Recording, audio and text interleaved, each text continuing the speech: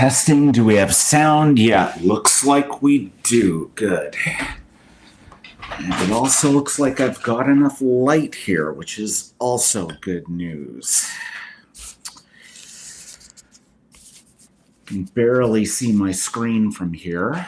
Actually, I can see it fairly well. It's just a bit different because I'm on the other side of the table. I'm going to start, really start from scratch here, literally by sharpening my pencil.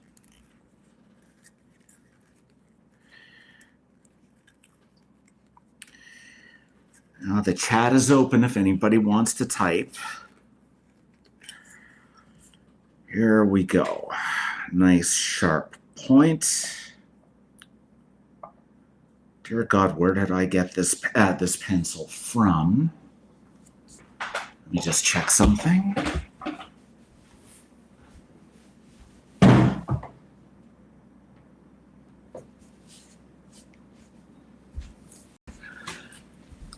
Yeah, we really are live. That's good. So, yeah. I've got my pencil, I've got my eraser, I've got my artist markers, and just for the hell of it, I've got a ruler. Nice stainless steel ruler. So how do we begin here? I had the idea of a figure standing next to a structure that's barely held together. So what we need to do first of all is set where the horizon line is. General rule of threes shows that you need either 2/3 sky or 1/3 sky. We'll go with the 2/3 rule here because that's a little bit easier for me to handle.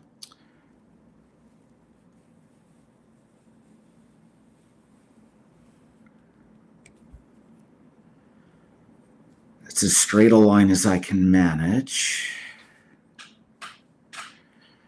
Now,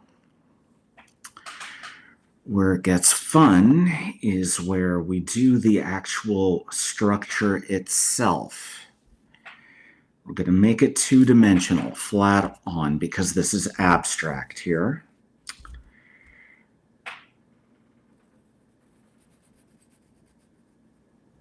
That might be a bit too bold and a bit difficult to erase after the fact. Make it go as close to the sky as possible. Doesn't matter if it's a straight line, and we will divide the structure into several floors. Okay, 3 of them, whatever. Now, I recall a professional photographer at work telling me that the best way he can make people look like they're live in the moment is if they, just adjust the angle of this camera. There we go. A little bit better with the light, a little bit more full on there, I think. Yeah, that's good. Is by bending the model at an awkward angle, like making the person tilt their head in a certain way, tilt their torso in a certain way. It makes them look more interesting, more alive, more natural. And I remember pointing out some pictures on social media to my girlfriend, and when she looks at one person who's just posing in a certain way, just like arched forward a little bit with her head arched back, like she would instantly say, is she a model? Because really only models do that. And I think it's just more people who know what models do, honestly. And there is a point to that, because that's why when I draw a particular figure, such as one of the famous Cubeman stick figures, this is the torso, this curvy line here. And the reason why it's curvy is because, honestly, it catches more of an emotional moment, I think, when it's not the head here. This little line I wrote here is something akin to the neck. Okay, don't forget, from your neck slopes down to those little Cardassian neck muscles.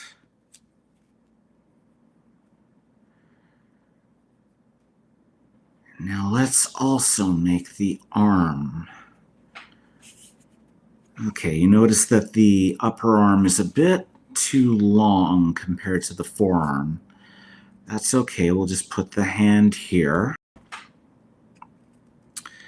Yeah, Christine, that's his hand. Put that down there. Make it a bit more hand-shaped.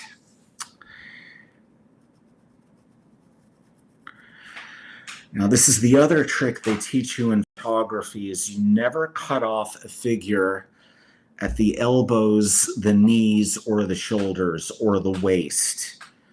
You always cut off, unless you show the whole figure in a picture, you always give a little bit above or below the nearest joint. Otherwise, there's something psychologically that's done there, with the people feeling as though they've been cut off in some way. They almost sense the severance. By the way, if anybody wants to comment on the quality of the sound that's coming through, let me know. I'm not very close to the microphone. I can't see too many bands popping up there. And I'm using the omnidirectional setting. This is a Snowman Yeti microphone, or a Blue Yeti microphone, that lets me select the pickup pattern. And you might hear the air conditioner going on in the background. Well, heat pump, whatever it's called. And the simple reason for that is because it's mid-November in Montreal, and boy, is it ever cold here. Now, I keep trying to obey this particular rule of always going from the top first. But it's really, really difficult to do so, I find. But it does prevent the smearing.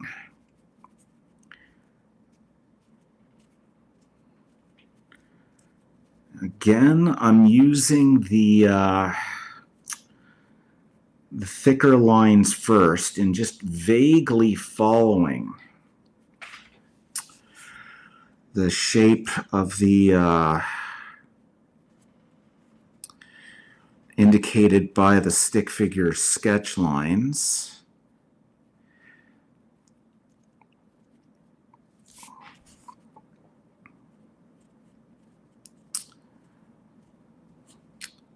Yeah, can I just go in there? You can see that this is a guy who clearly has done his forearm pull-down type exercises, or as I like to do them with, I see a little smear there. That's a bit of a problem. As I like doing them with a farmer's carry. Just move the living room futon out of the way, and I've got 20 feet to walk for that.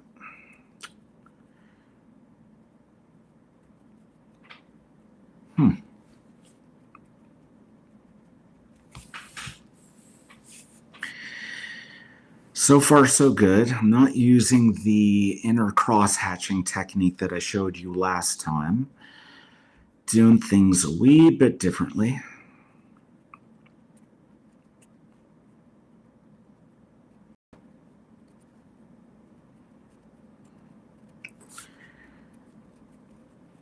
Here's the figure's marvelous pectorals.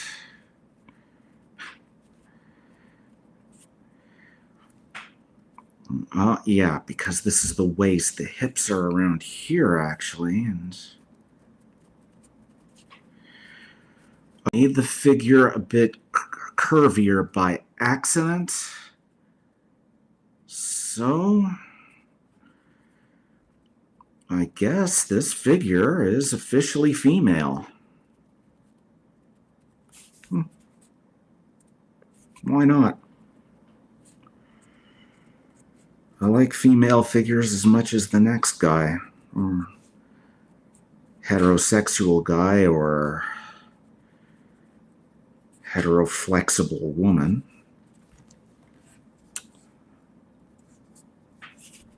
Is that even a word, heteroflexible? I don't know. The other trick you see here is you do the foreground first. That avoids weird perspective errors, I find. Now,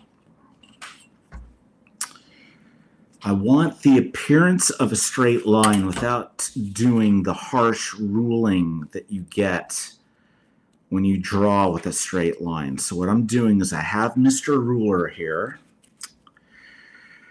What I'm going to do is I'm going to do the short strokes, the short uneven strokes that follow the ruler more or less without actually just drawing along the ruler.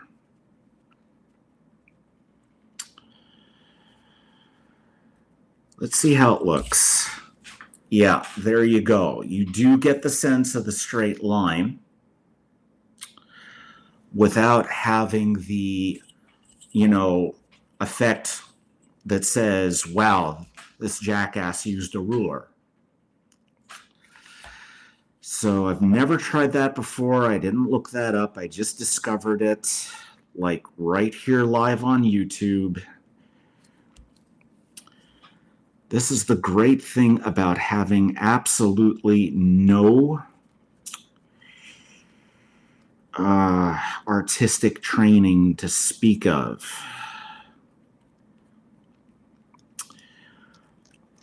It lets me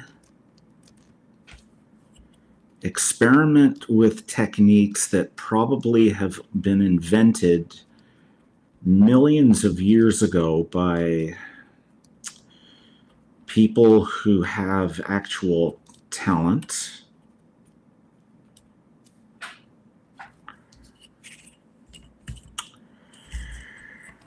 And they might even know a technical name for this, but I don't.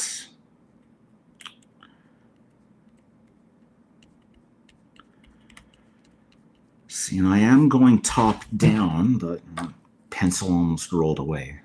Did you see that? Yeah, you did. Okay, cool. That's funny. See, by doing this, it's preventing smearing of the ink. Now, even though this is alcohol-based marker ink, meaning it's designed to dry up quickly and not smear, it's still a danger because it takes only like a split second to get a little bobo like you got here. So because that little bow is bothering me, I'm just gonna use my white one to completely fuck it up in a huge way. Okay, let's go back to that later.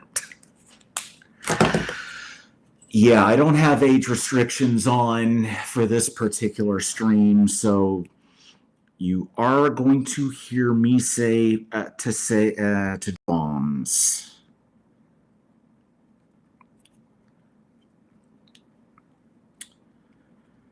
As I said in the last one, I am human.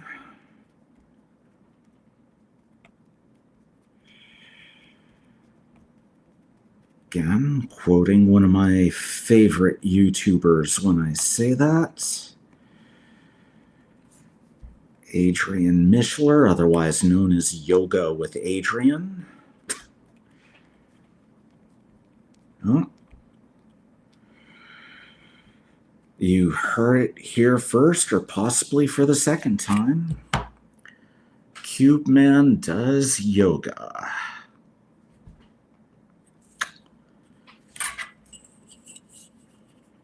Now, every structure needs to have supporting beams. We're going to do those. And rather than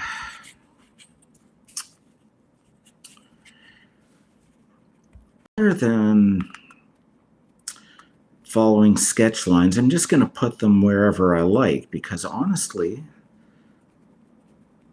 the ruler is a good enough of a guide, don't you think? I do. Give it 1. It's actually reaches from top to bottom. But I want to give the effect of ruin here.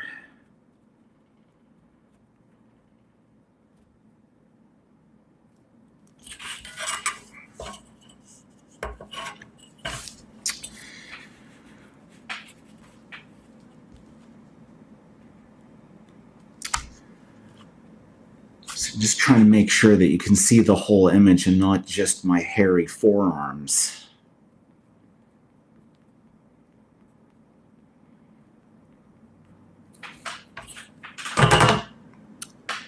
Okay. This is acceptable. Now we're going to do the ground. And yes, the horizon is visible through some of this, but we are going to make it so that there is some openness here to the ground. So we'll just fill that out here.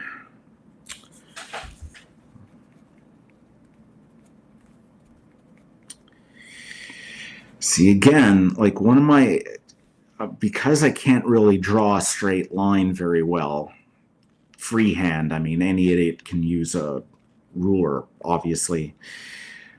I decide simply to take the general irregularity of how I draw and turn that into the mainstay of my style. You can see I'm trying very hard not to touch the figure here. Okay, now like that little screw up I did earlier with the white pen seems to be less noticeable here, and it's almost like a shadow.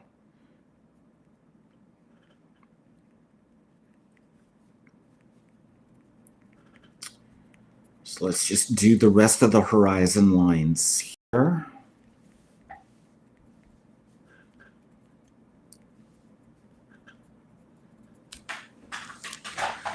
Okay. Close this up.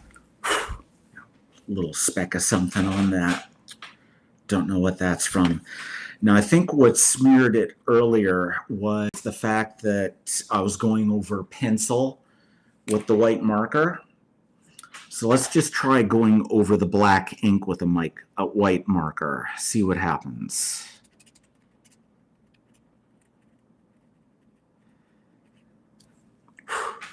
That's not bad. Okay, you can tell there's something akin to liquid paper there, but it's not terrible. At least I don't think. Oh, you're not seeing it straight enough. Just a second, because I've got other social media open here, hoping some people will join.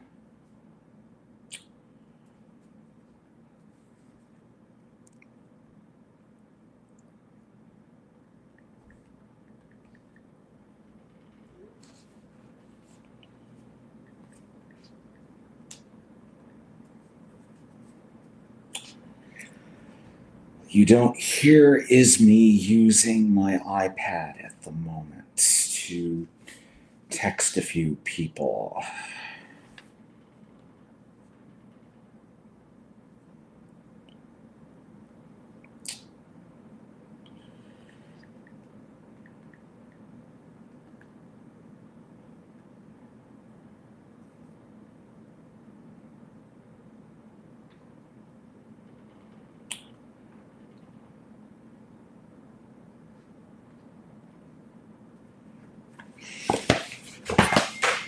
Okay, now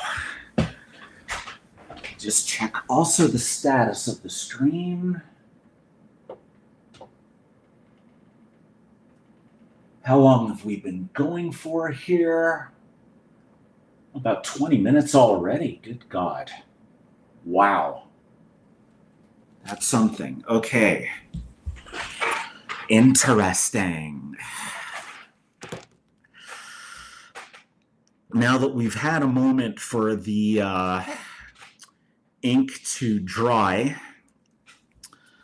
I'm going to start with this beautiful Pentel eraser here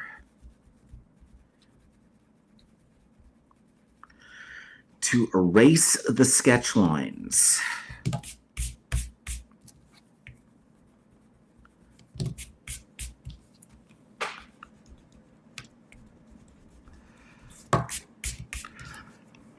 See, now, like I said before in the last one, this has the unfortunate effect of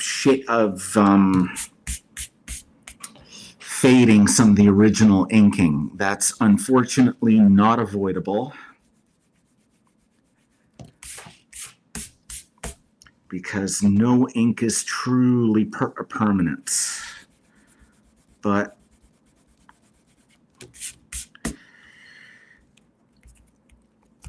it's a better alternative than to drawing without a sketch.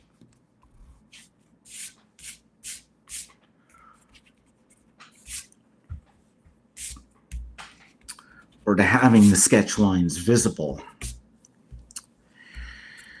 Now, a fun fact about that, like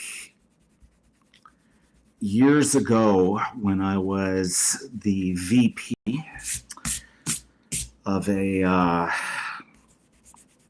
failed publishing company,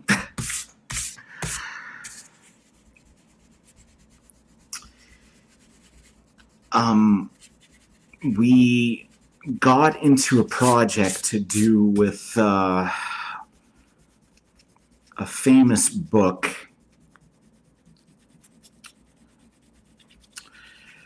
written by a Canadian computer scientist. I'm not going to name it because there's a good chance that certain things were said to me during that period that are not true, and that if I were to quote them now, I'd be getting a lot of people into trouble. But anyway, this particular science fiction book was illustrated by the author.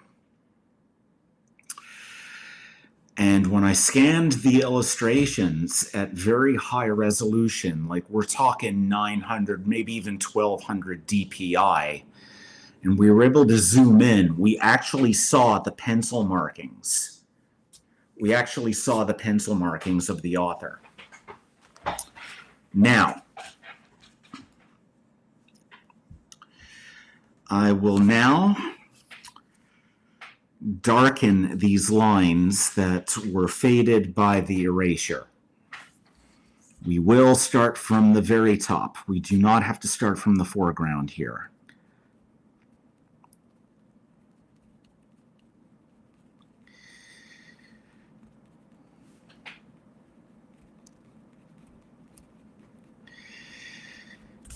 See, it's black again.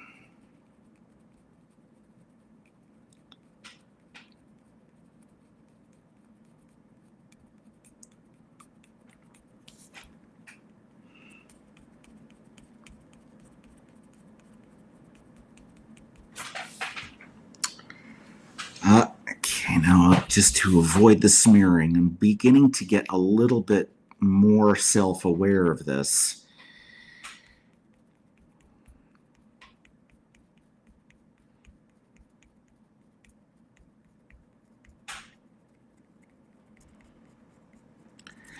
See, it's much more bold now. I'll do a little bit of it for the floors. Again, top to bottom.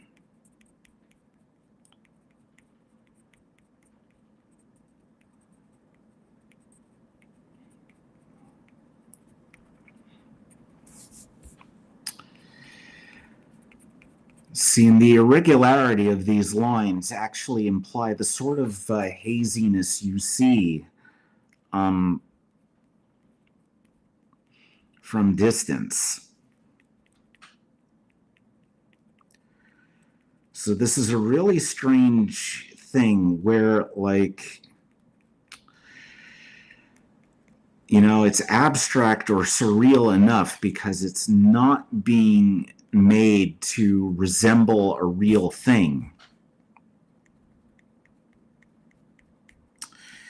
Yet, the imperfections in a certain way resemble the effects of human senses, the limitations of human senses.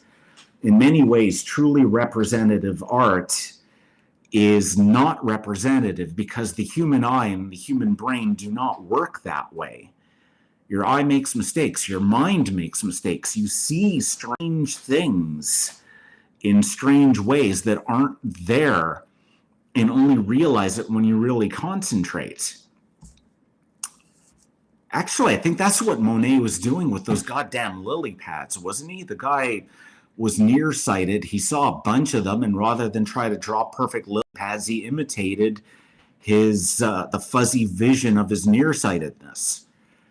I'm thinking of the Monet lily pads because my girlfriend has a print of that in her bathroom. Now, to imply that these supporting columns are more thick and more substantive than the outline ones, I'm going to hatch horizontally rather than following the line.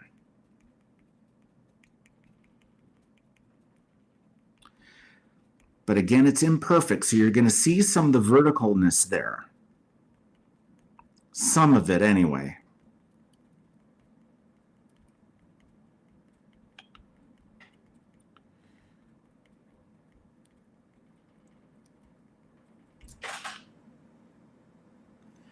And the funny thing is like I'm looking at this on the page, and I'm also looking at it on my computer screen, which is like about a meter and a half away to my right.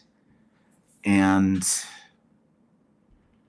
I'm seeing how this will look like from a distance, and thus the general outline and the general impression at the same time that I'm drawing it.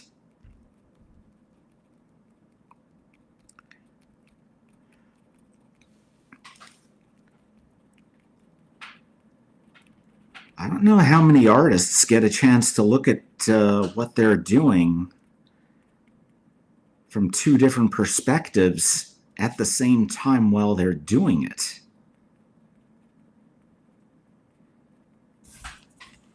Dare I say, it's kind of cool.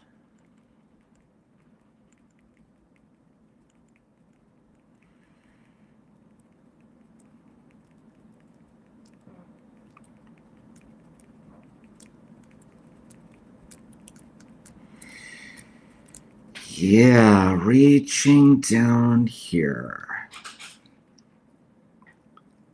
That's good. Now let's do it for this last one. Notice that I've been doing it so that my hand is never on top of drying ink.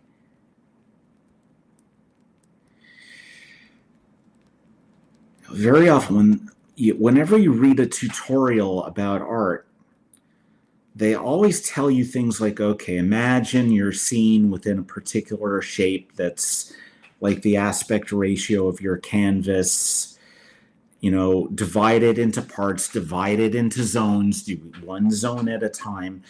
They don't always tell you practical stuff like don't draw with your hand over drying ink.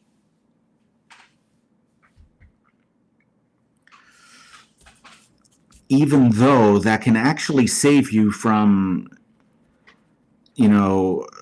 disappointing yourself. I'm not going to say making mistakes. I'm not going to necessarily be like Bob Ross and say, oh, there are no mistakes, only happy accidents, or whatever the hell it was he said. No, I'm saying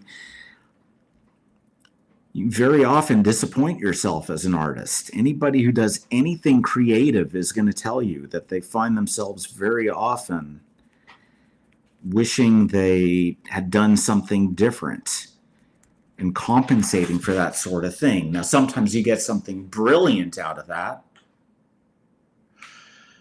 Sometimes you don't. Sometimes you wish you'd done it right the first time. Going to be very real with you here. It can be like that. Now, I'm just going to sit here and contemplate this for a moment before I continue. See no comments being written. Oh well.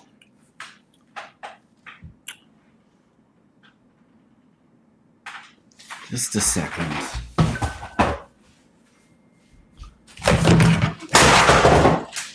And in so doing, I wrecked the lamp. Let's fix that.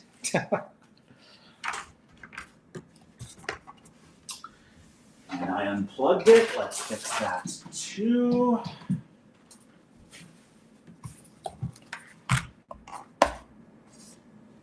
Wow. Yeah, very bright in there. Okay. Okay. EJB in Hamilton said something about an anarchist yelling at a wall. Recalling a song by Minor Threat. Wish I remember the name of that song. You might want to write that there. Okay. Now, how are we gonna do this? How are we gonna do this lady I have here? Again, I should actually start from up here.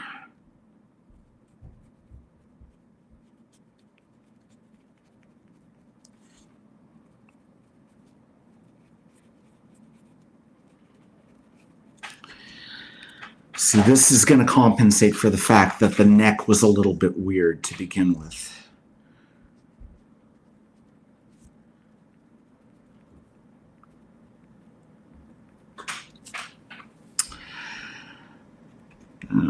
Okay.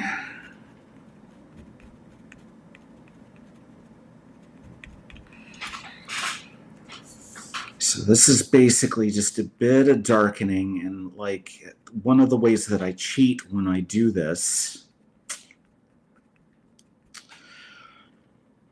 is that it gives me an opportunity to make the arms thicker or thinner than they really are. By thinner, it's just by drawing inside where I'd normally draw outside. By thicker, drawing outside where I'd normally draw inside. You get the idea. Okay, that looks like it's more or less dry, so it's safe to do this.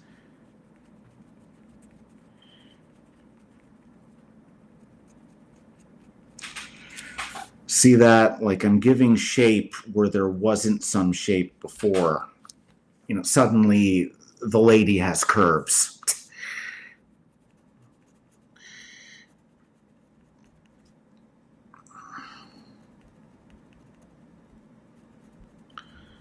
I always like to give them knobby knees. Yeah.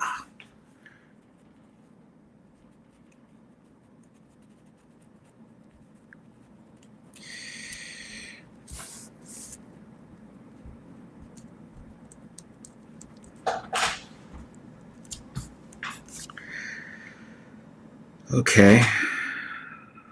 Okay, we can work with this, I think. Can I fix this little white, this little...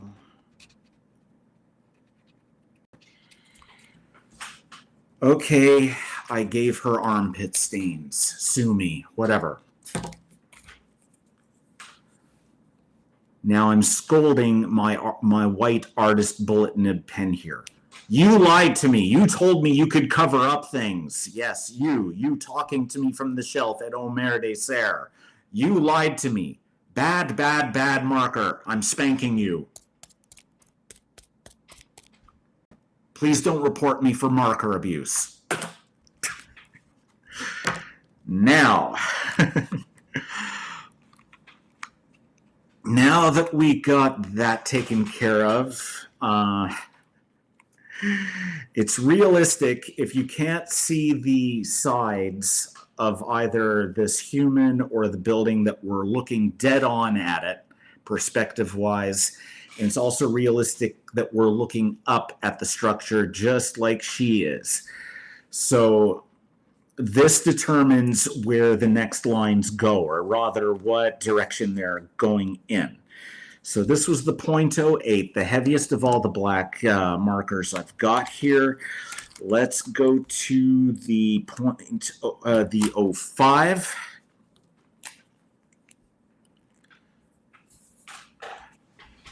And we're basically going to imply the inner ceiling. Oh yeah, that's what I'm talking about.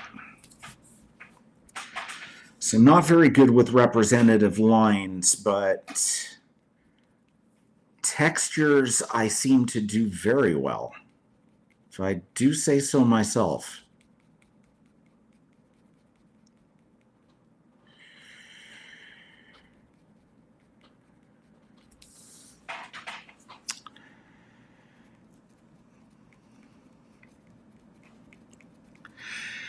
By the way, if you're viewing, don't be afraid to comment. I can't read everything from where I'm sitting immediately. But don't worry about saying anything that makes a fool of yourself, because you're not the one who's showing off his amateur lack of artistry to YouTube.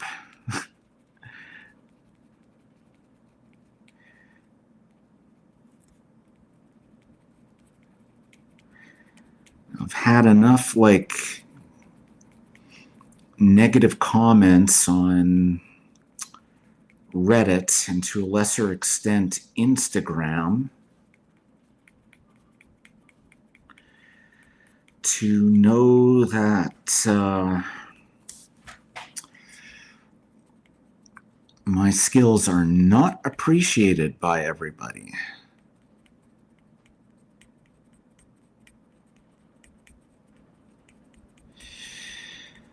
So, honestly, anybody who puts stuff out like this is risking,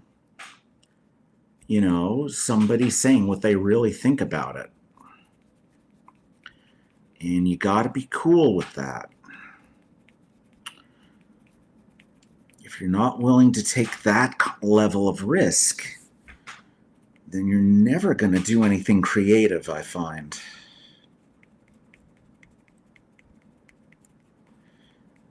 One of my first major creative efforts was a heavy metal band I was in.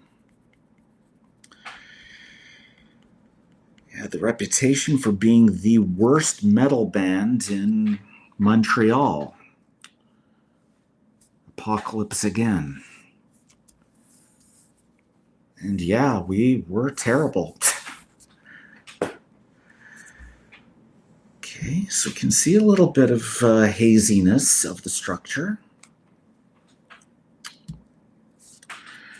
Now let's start going inside this woman. No, I did not say that on purpose. No, this is not age-restricted video, but I did check it at the beginning to say that it's not for kids. So if you happen to be under 18, go giggle away at this. If you happen to be under 13, then for heaven's sake, you shouldn't be watching anything like this. You know, like I remember a few years ago, dear God, it was 2017, so it was almost a decade ago. I was watching a friend of mine be interviewed on Instagram by a guy, it turns out, who lives not very far from here. Because he's like a musician. And his wife was in the audience too on Instagram. Full disclosure, his wife was my boss at the time, and he was a coworker of mine. We weren't in the same department, so she wasn't managing her own spouse. No conflict of interest. But anyway, you know, I did a bit of animation in the sense that I would make a couple of comments that were guaranteed to be read out loud and which would give my friend something to react to on camera, which I thought was important. And it worked. And it didn't take long for my boss to realize that it was me. So she looked at my Instagram profile and saw, you know, with her daughter, who was like only, I don't know, 14 years old at the time, something like that. By the way, this is the next thinner one. You can see I'm doing slightly thinner lines a bit longer, again, to imply shading. Anyway, like she looked at a whole bunch of my old Cubeman cartoons from that period, which included like,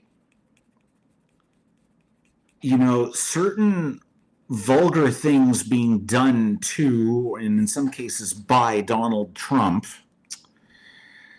It included a bone saw, a bone saw that I took a long time to draw, by the way, to make it as accurate as possible. And with the caption, "Hey, Saudi Arabia, we saw what you did." Okay, never mind that Jamal Khashoggi was an anti-Semitic bastard.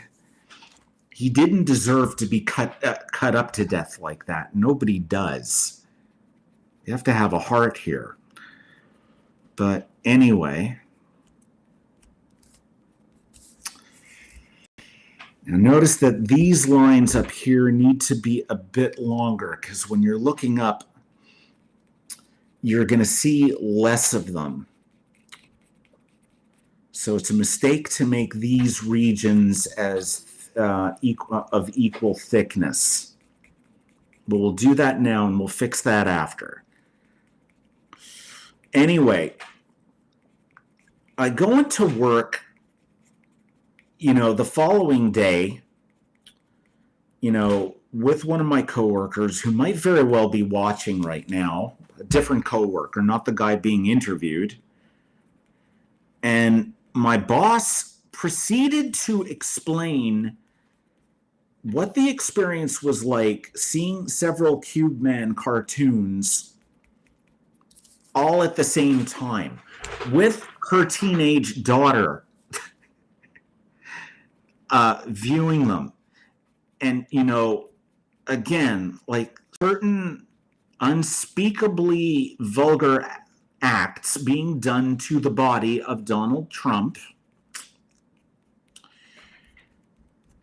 More than one drawing of Dave Mustaine of Megadeth, which I consider to be equally obscene, by the way.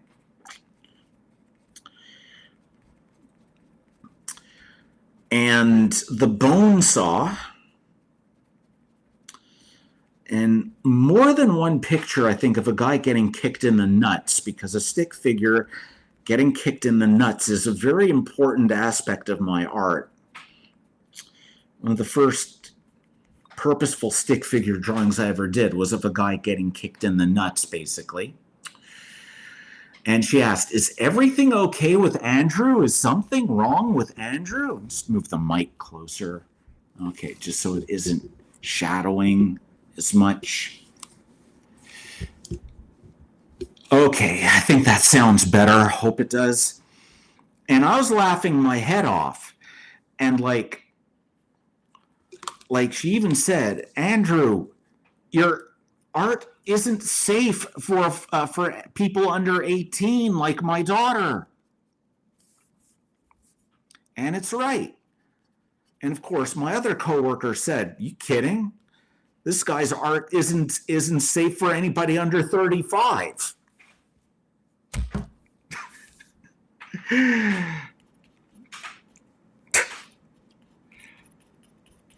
So I proceeded to make like a cartoon. I forget which Cubeman number it was, but it showed like, a simple stick figure proclaiming, "I will, from here on, due to the reaction from one member of the audience, refrain from making," I've proclaimed, first of all, that Cubeman is not safe for work and, in fact, not safe for life, NSFL. That's a real term, by the way. And I will, from here on, be more conscientious of drawings I make that contain images of excrement, anal sex, Donald Trump, and Dave Mustaine. Then the next panel showed that, there was Guac, my bird-like mascot, standing behind me, holding me by a leash and giggling. So, which is a sort of way of saying, yeah, you really think I'm going to back down from this? Anyway, okay, you can see that I used the thicker lines the next level of thickness up here a little bit thicker, whereas this is only a pencil width and this is half the width of a pencil. This reflects the effects of perspective. I know a little bit about perspective, not a lot. It's understandably one of the things that artists who are formally trained master first. Anyway, so now that I realized that I got to do that, let's just do it halfway from here. Again, using light touch with the next thinner. These are the 0.1.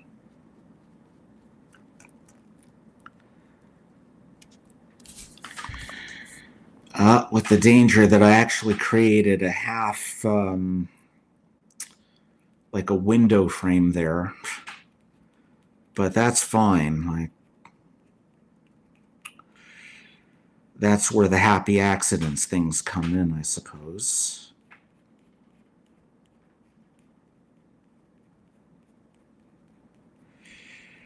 Yeah, attaboy.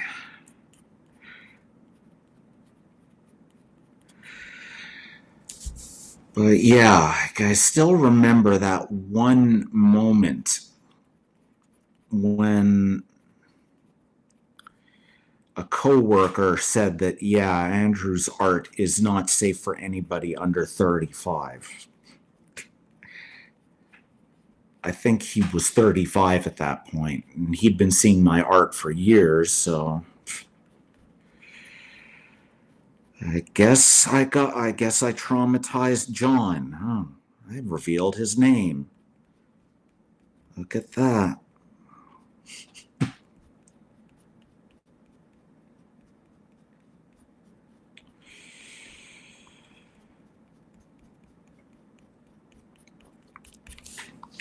Yeah, you can see a bit of a fade from here, a bit of a gradient.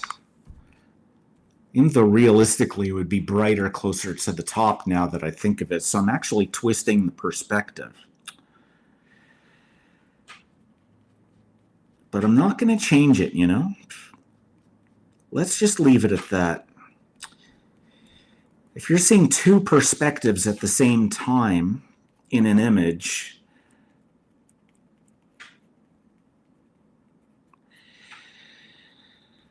and they're consistent in certain senses,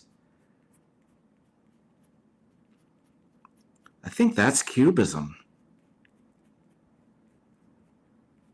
I think a 5'3" Spanish artist who banged half the women in Europe for a few years pioneered that. 5'10.5".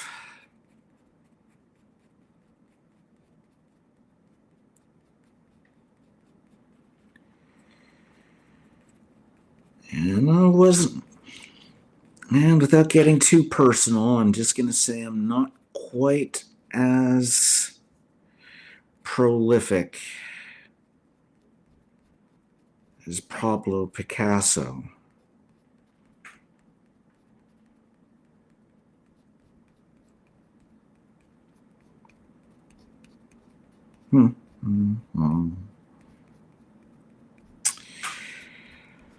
So I was thinking of like having some music on in the background from the stereo, but it might actually cover up the monologue.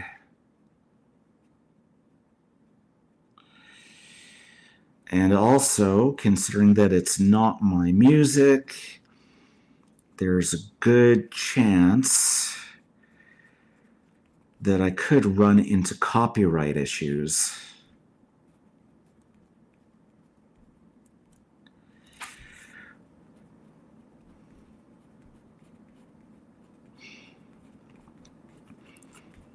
So you're going to have to deal with the dulcet sounds of Andrew's voice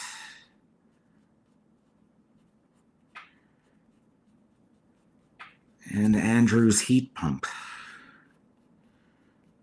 That is actually making Andrew sweat. Yeah.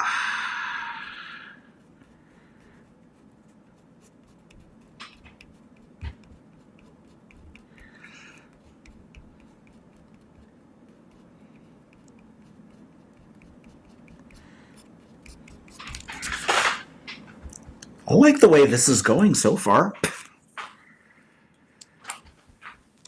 Okay, now we take the thinnest one,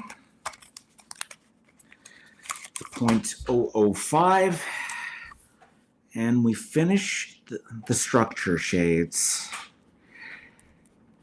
I just realized that by doing this one cube at a time, I'm spoiling the sense of visual continuity. I'm isolating parts of the structure. I don't know what that symbolizes because it sure as hell wasn't intentional. I don't know if that mimics anything about human senses either, like I talked about earlier. But I'm just going to leave it like that and let whatever effect it has show itself. So we should be starting from here.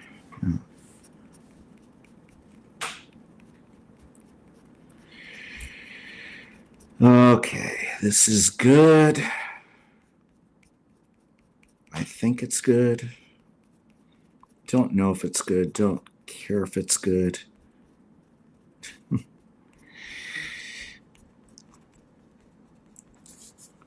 I don't think I'm ever going to do anything perfect. I'm just going to do Cubeman.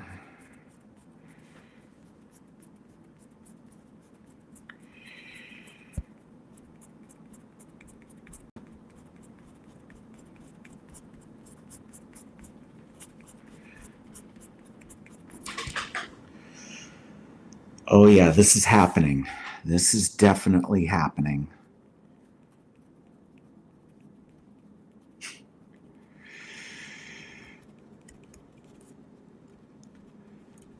I use that phrase, "this is happening,"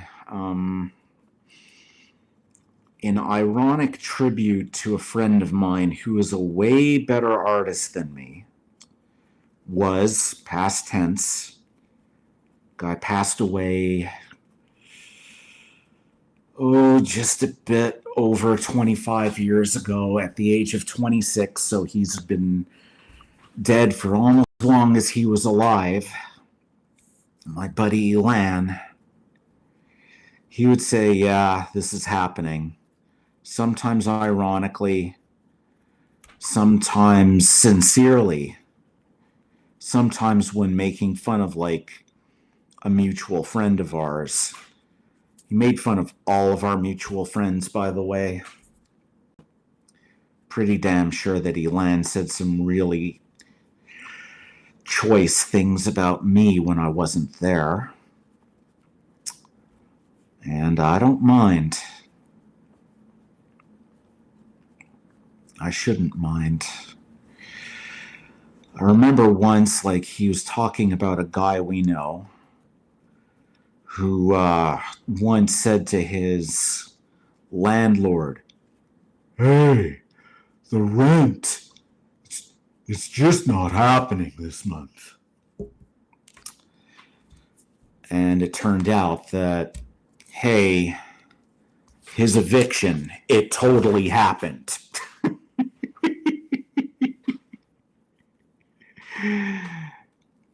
I'm not going to name him. Just by doing the voice, I think I might have implied who it could be. I remember once he was dating this chick, my friend Elan, and he said, "Yeah, me and her, that's happening, huh?" He didn't really talk like the ant from The Ant in the Aardvark. I like to do his voice like that.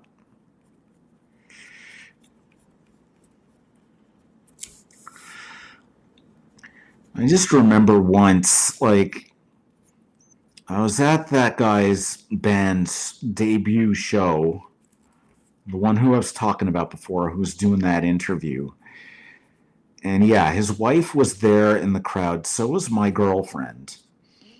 And I was worried that something might happen. And, you know, my friend said, "Oh God, everybody's going to be bored. They're mostly going to be yawning or looking at their phones through our entire set." And I said, "Look, if you want a mosh pit, I don't mind. Is there somebody in particular who you'd like me to hit?" And he just smirked and said nothing, as if, "Andrew, don't go there. Okay, let's let it fade a little bit, this little structure. There we go. Yeah, that looks like a good idea. That's happening." Anyway, I took off my glasses, put them into a hard case into one of my pockets in my cargo shorts. I took off my wristwatch, which wasn't an Apple Watch back then, because I don't think there were Apple Watches at that time. Or if they were only first generation. My girlfriend looks at me, and because like she's used to me stepping in front of her with my elbows out at concerts, and saving her from the mosh pit, she said, "Don't worry about me." See, look at this gradient that is repeated just a little bit for each floor. If I did it from the right direction, it would look almost perfect, but instead it looks like the light is coming from underneath. That is totally wrong. It is absolutely wrong from the point of view of perspective, but you know something? I'm keeping it. Turn the gain up on this microphone. Is that gonna make it better? Okay, sorry if I did anything to your ears when I did that. Anyway. Now I'm going to do the same thing to this, to our heroine here.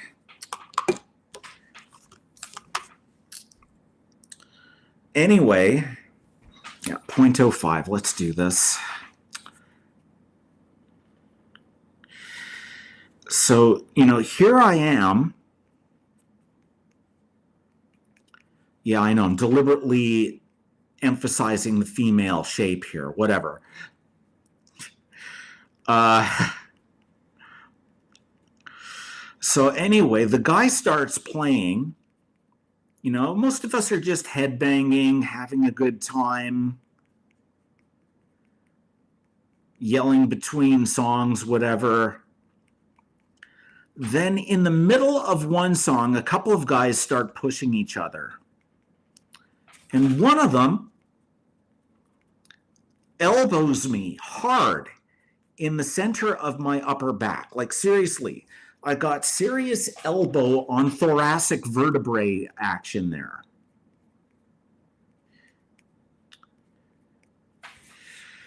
And I looked at this guy, and he had this dumb look on his face, and he was giggling. So I thought to myself, okay, fuck you. This is so happening. This is so happening right now. I basically put my hands into his pectorals and pushed him as hard as I could manage, knocking him over and two other guys.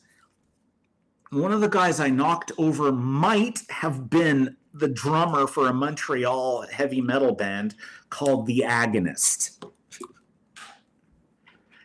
They both go flying. They look at each other like, what the hell? And next thing you know, the whole damn pit opens up. Absolute chaos. Everybody pushing each other all over the place, throwing each other onto each other, people stumbling, picking each other up. And, you know, my friend, the guitar player, has his hair in his face because that's his trademark when he's on stage. He wants people to see his glorious hair rather than, you know, his face, which is too bad because he's a good-looking guy.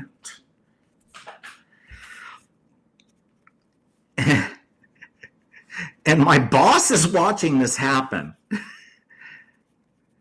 realizing, I think, that she had to get the hell out of there as quickly as possible. And my girlfriend even like stood back. She didn't realize this is only like her second time seeing me, you know, moshing. And dare I say it, it was a very successful pit. How successful, you might ask? Look at that. This is actually pretty good shape there. I'm proud of myself for this. Yeah, because I've got my mind in the gutter. I'm going to do... Of course, it's going to be covered over later, but we might as well do the lines to imply it there. Maybe I can't do as well with women as Pablo Picasso, but... Anyway, I'm having too much fun here. How successful a mosh pit was that? Well, I had to go to the clinic that formerly was known as the Queen Elizabeth Hospital the very following morning to get my shoulder checked out and get myself a nice, juicy prescription for naproxen to deal with the intense inflammation in my shoulders. Well, my right shoulder in particular. Now, my mom might actually be watching this cast right now. So I just want to assure her that this was in 2017 or 2018. I think 2018. So don't worry, my shoulder has had time to heal.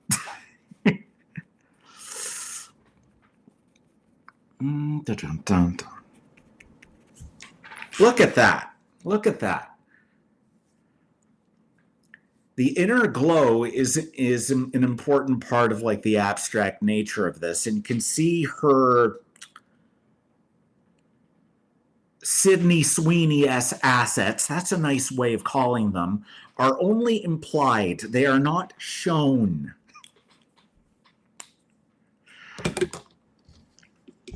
Now, sorry for knocking the mic there. If you're wearing headphones, I apologize for doing something that, anyway, you get the point.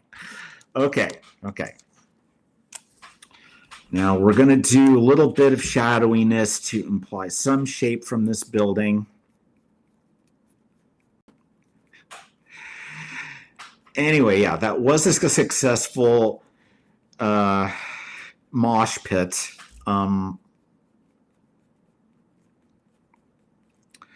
Okay, and I just realized it's a mistake to use this heavy marker here, and I'm going to tell you why in a second. But yeah, like that basically started off the guy's show with a bang.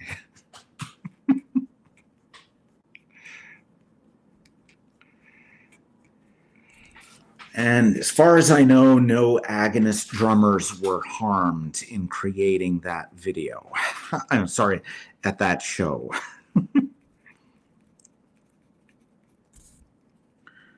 Okay, first of all, I should actually be going vertical. No, I shouldn't be. It should be just joining it. There we go.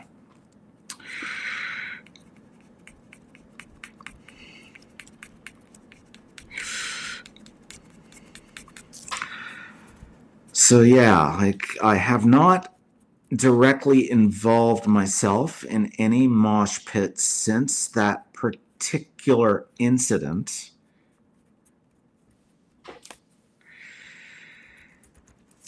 But for the sake of my friend and his music career, I will name the band.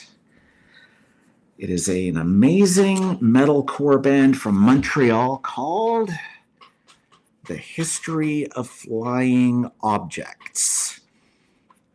They have a YouTube page,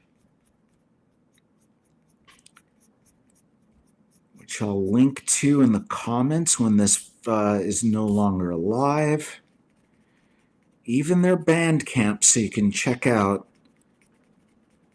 the absolutely killer music that they write. Actually, I don't think he's on Bandcamp.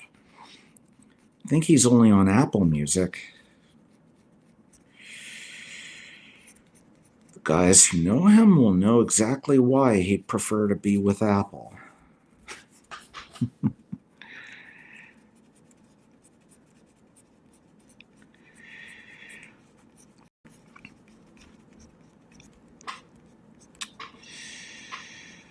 Oh, but I digress.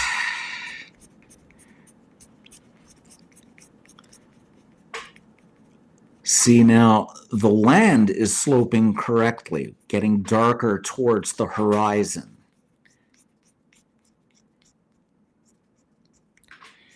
But for the building, it isn't.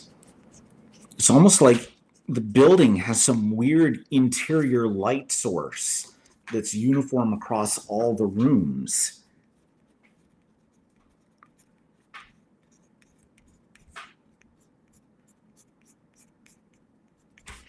So moving directly outward from the human structure. Yeah, that's what I'm calling this woman's body, a human structure. Just make sure that this is more or less even. Good.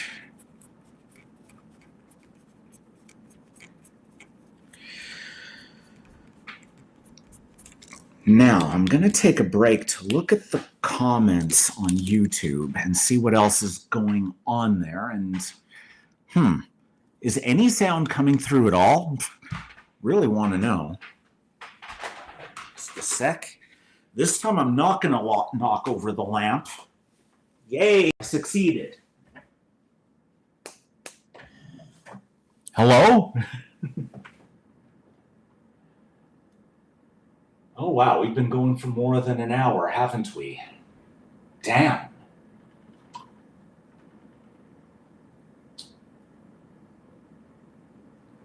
Okay. Let's get back to this.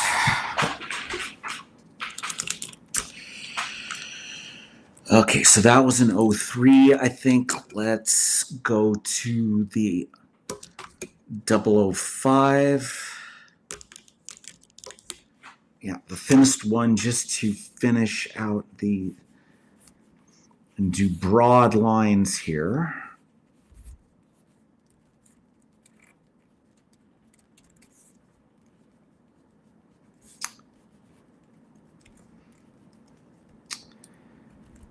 See, the cool thing about these kinds of lines is that they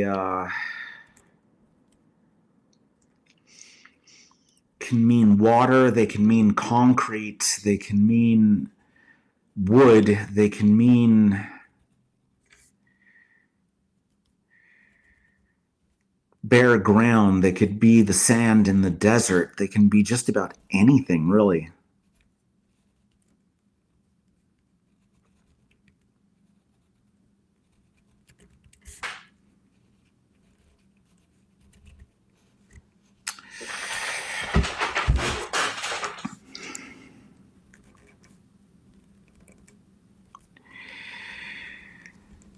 Yeah, and that incident was the last time a coworker ever saw me, or for that matter, a superior at work, ever saw me in a mosh pit.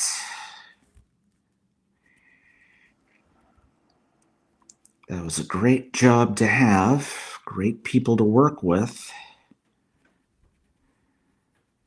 But my current job pays a lot better, and the work is more interesting.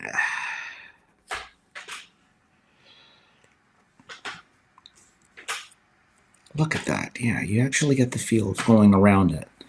And yes, I am impressed with my own work.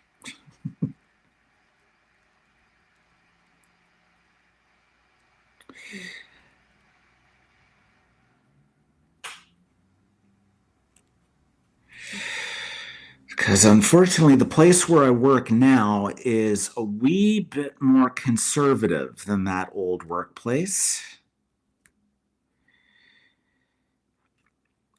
And I should not like certain people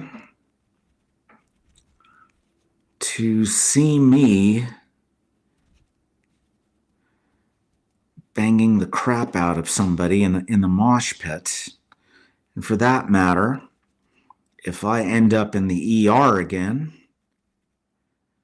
I don't want to have to tell them. I mean, it was embarrassing enough to show my coworkers this thumb and to text in the middle of a workday, I'm bleeding, I'm in pain, I have to go to the ER immediately. Sorry. Which I did. And, you know, the next day I was able to say I was cutting potatoes and I accidentally missed the potato.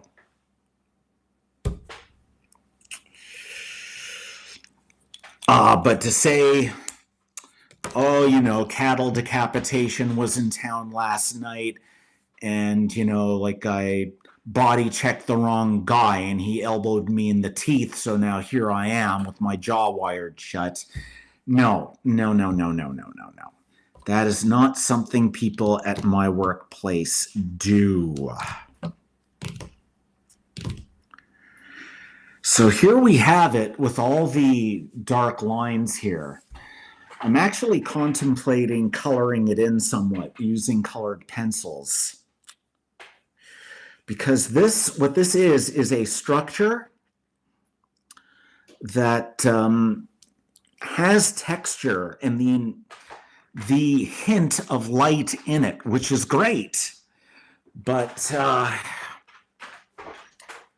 just change the pickup pattern on this microphone because something weird is going on. Is this working better? Yeah, I think it is. Okay. Let's see what I got here.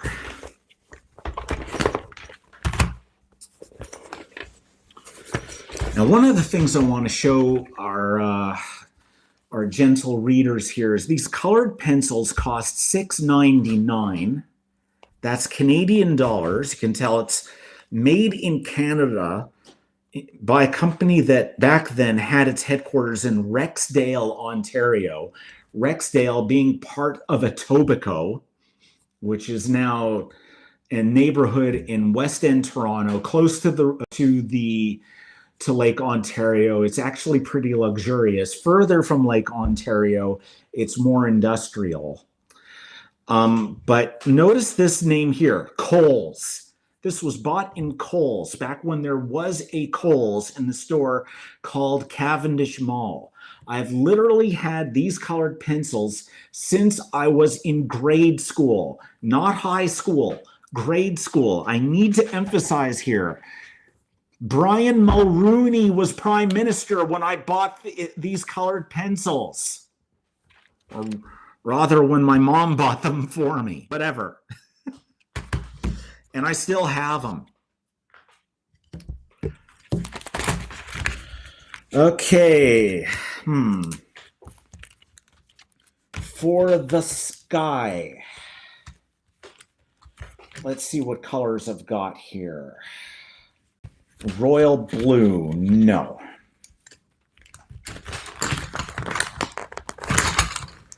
Blue, very creative name for a color, no.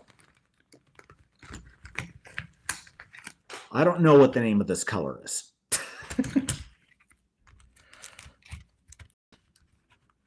Red, also in the cherry. And this is pink.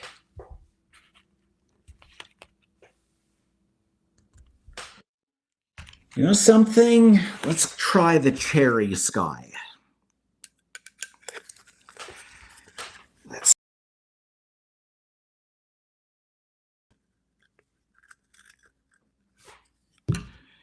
Before we do that, let's give this young lady some hair.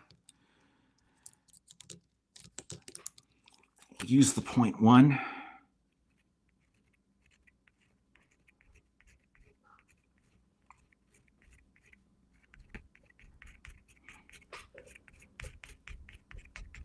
There, that's all it takes. Now she has hair.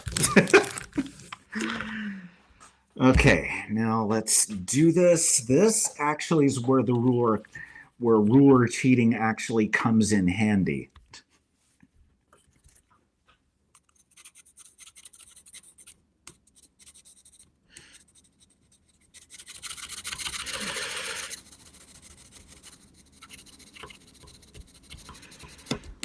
And I discovered that you can actually do some pretty good blending with colored pencils.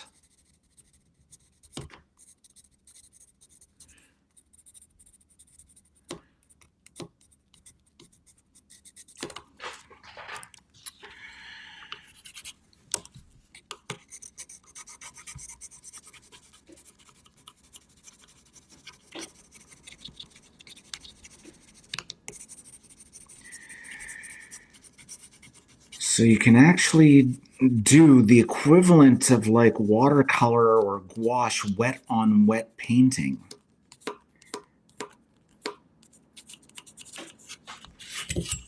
See that? No overlap. I never did it that way before, but it seems so obvious, eh? Okay. Now.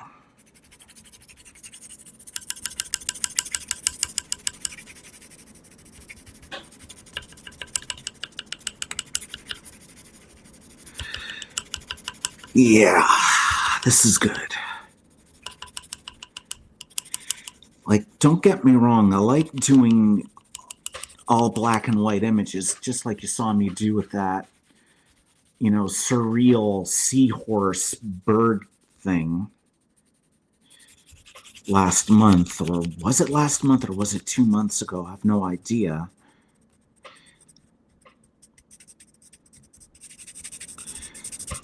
But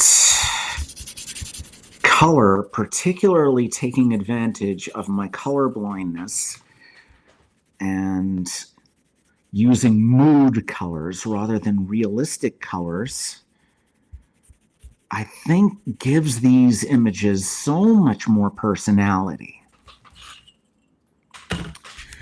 Now let's darken it here so it doesn't look like I deliberately was following a ruler.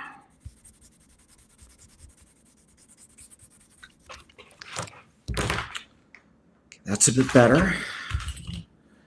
So that was cherry. See that? God, this colored pencil set is practically a a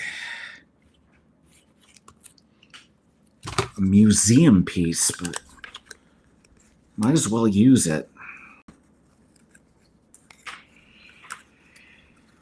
Now let's see what happens when we blend in pink with this, because you're going to see white lines in here. Okay, I can see that it's creating some highlights. This is good. This is good.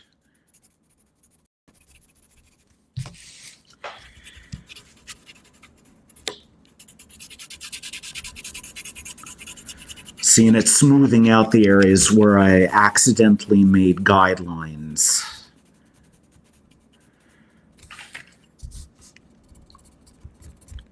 Can afford to do it a little bit closer to the building, so there we go.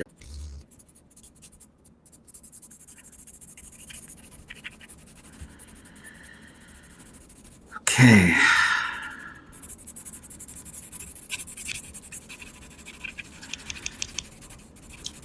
So in some cases, the colors are blending together, but in some cases, you're going to see like, you know, physical pixels, if you will, of where the light pink and the dark cherry sort of meet.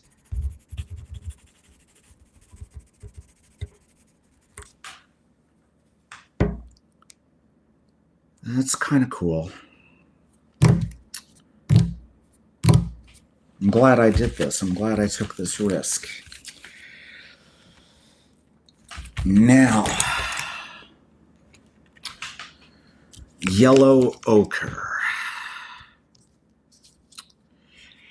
See, this one is like sharpened more like a golf pencil, which makes sense when it's so short.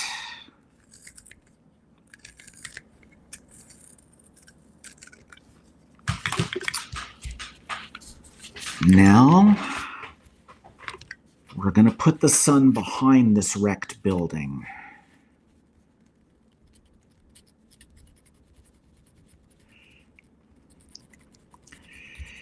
Background sun, won't you come and wash away the ink? Background sun, won't you come, won't you come?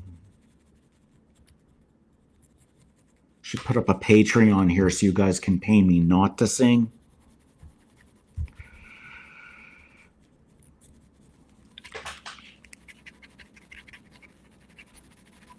There, we got the implication of the sun setting behind everything without having the lines.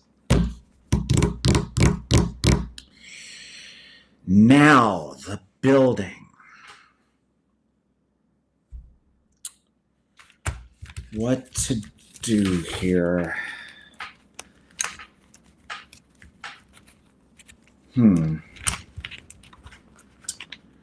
Navy blue, blue.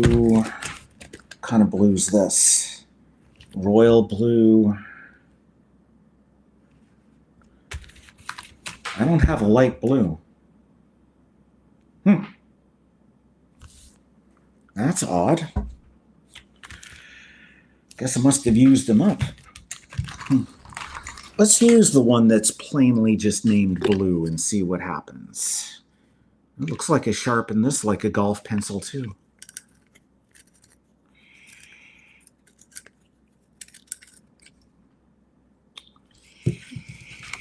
Guess that gives me a bit more control.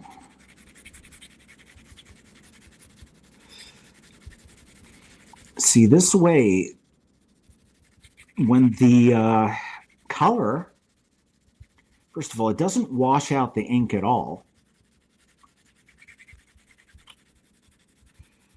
But what it does do is it allows the ink to shade the coloring without me having to press harder or press lighter when shading in.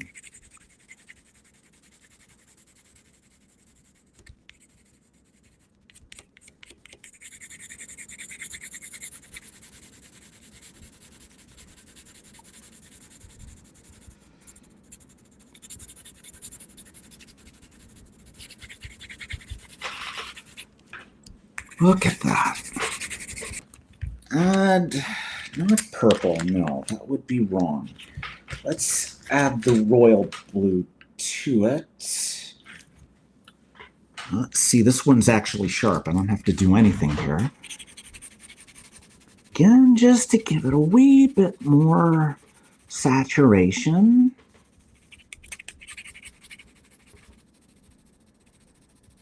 Notice I'm taking a risk here by actually not using the ruler to block it off.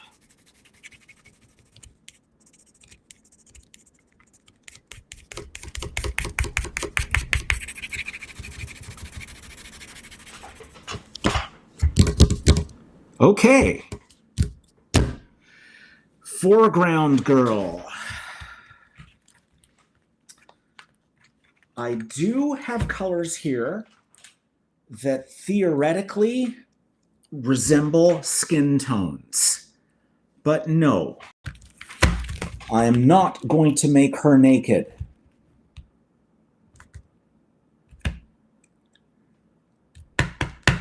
But I'm not going to go out of my way to give her clothing either. The sky is pink. The building is blue. This young lady, I decided, is going to be magenta. Something halfway between the two. The environment and the creations of humankind. Except look at that.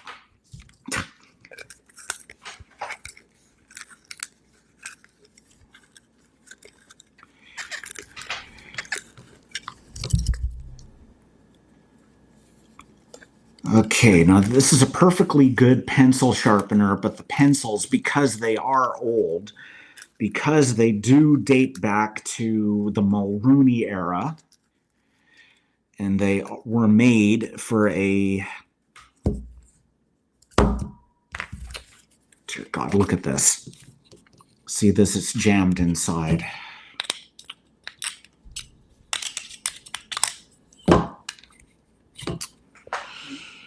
Just dump it in there.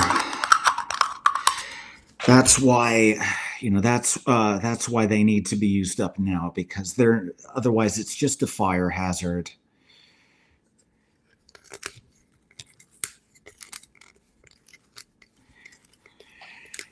I thank people for watching me sharpen pencils here. And get increasingly frustrated at lead bits getting stuck in here. Tabarnak.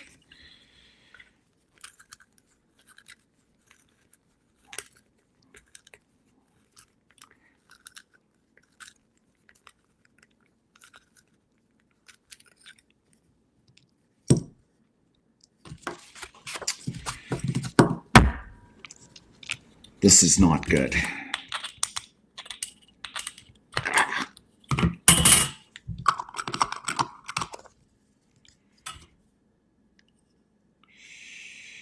Let's try the golf pencil thing one more time before I give up and make a different artistic decision about the color of this girl.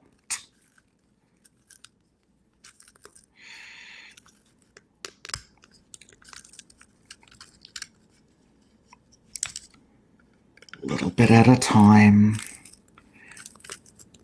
Patience. And a little bit breaks off at a time.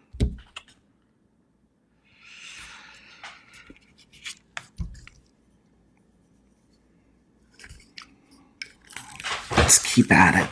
Just press hard in so that we get as much shaved off as possible. Dear God, please do not make that's what she said message jokes at this point. You know, I wish one of the colors I had here was indigo, because these Kohl's pencils were made to be sold at a company called Kohl's, a Kohl's bookstore that doesn't exist anymore, but was bought by the Canadian chain known as Indigo.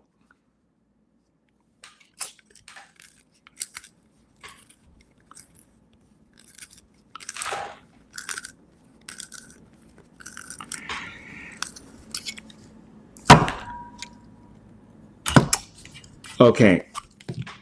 This pencil is hopeless.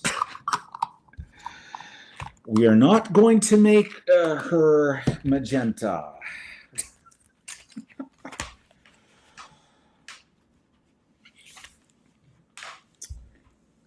I will make her purple, but I'm going to make it a very light touch purple and maybe wash it out with a lighter shade of something.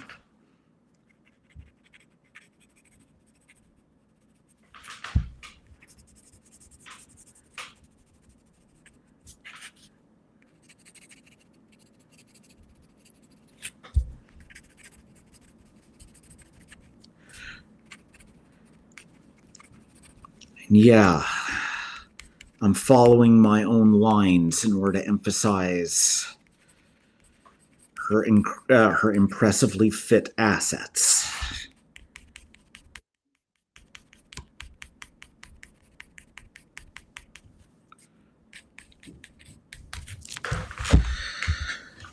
See, all that sharpening just to get one pencil and do this just fine.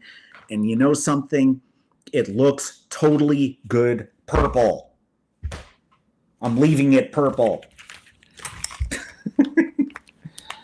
Now, because these are all solar colors, I'm gonna try something using an earth tone. I've got light brown.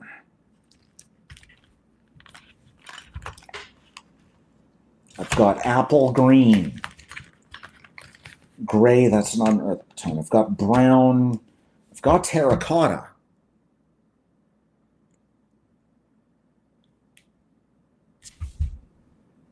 Let me try terracotta. What the hell?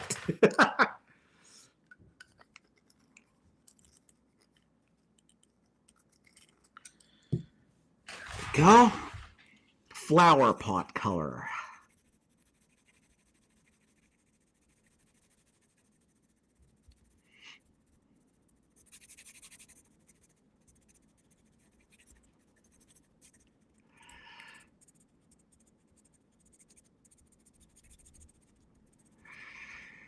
Now, to EJB in Hamilton, I have to say this thing about the anarchist punk yelling at a wall. Ian MacKaye of Minor Threat was definitely straight edge, and my understanding is he still is.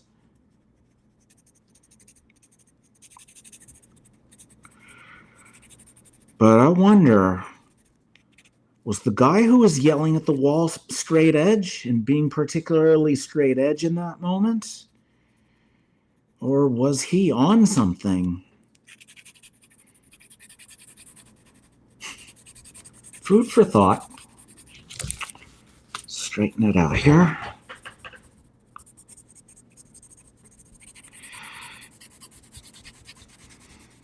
For those who are curious, Minor Threat was an American hardcore punk band from the early to mid 80s. Ian MacKaye, a lot of people pronounce it MacKaye, was the main songwriter and businessman behind it, who went on later to form a band called Fugazi. He's a good friend of somebody named Henry Rollins, who you might have heard of. But the guitar player for Minor Threat was a fellow by the name of Brian Baker, who went on to play guitar in a band called Green Day.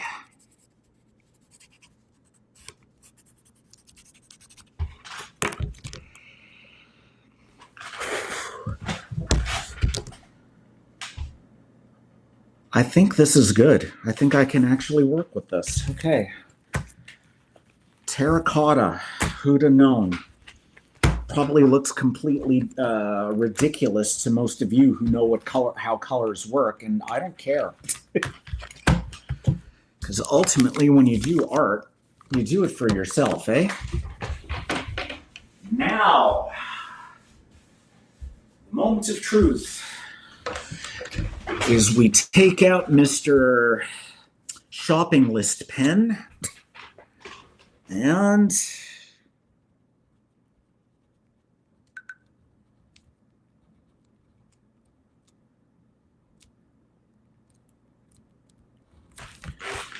we sign it.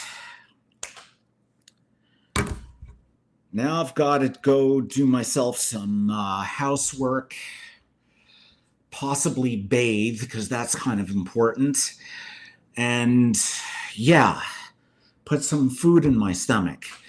But let me know what your thoughts are. cubeman.webcomic@gmail.com. Thank you for watching the Second Man live stream. Be well.